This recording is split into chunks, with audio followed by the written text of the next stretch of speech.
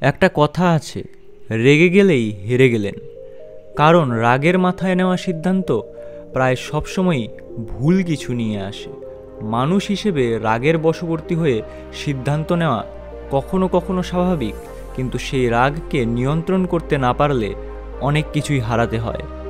আজকের গল্পটা এমনই একজন রাজাকে নিয়ে, যার গল্পের মাধ্যমে আমরা বুঝতে পারি রাগের মাথায় নেওয়া সিদ্ধান্ত কিভাবে আমাদের ক্ষতি করতে পারে। মাত্র 25 বছর বয়সে সিংহাসনে বসেছিলেন রাজা ডেভিড। ছোটবেলা থেকেই তিনি এক জ্ঞানী শিক্ষকের অধীনে বড় হয়ে উঠেছিলেন।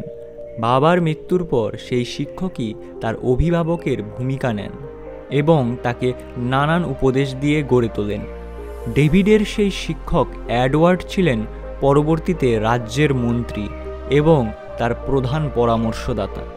সব কিছু ঠিকঠাক চলছিল, কিন্তু গত বছর আবহাওয়া পূর্বাভাসে এডওয়ার্ডের এক ভুল সিদ্ধান্তের কারণে রাজ্যে চরম খাদ্য সংকট দেখা দেয়।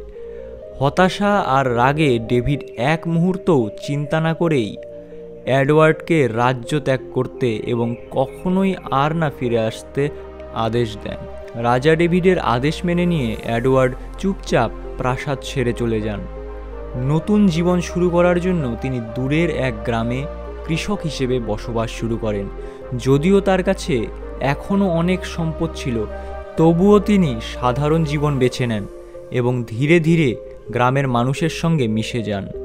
স্বল্প সময়ের মধ্যেই তার জ্ঞান ও অভিজ্ঞতার কারণে গ্রামের মানুষের মধ্যে তিনি সম্মান অর্জন করেন। সবাই তাকে শ্রদ্ধা করতে শুরু করে।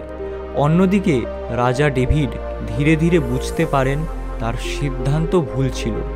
অবশেষে তিনি নিজেই ক্ষমা চেয়ে এডওয়ার্ডকে আবার রাজ্যে ফিরে আসার আহ্বান করেন। এই গল্প থেকে আমরা দুটি গুরুত্বপূর্ণ শিক্ষা পাই। আবেগের বশে সিদ্ধান্ত নিলে তা আপনাকে ভুল পথে নিয়ে যেতে পারে এবং পরে আপনাকে অনুশোচনায় ফেলতে পারে। দ্বিতীয়, কোনো সমস্যার সমাধান করতে গেলে আগে নিজের মনকে শান্ত করুন, আতঙ্ক ও উদ্বেগ ত্যাগ করুন। কারণ শান্ত মনের মানুষই সঠিক চিন্তা করতে পারে।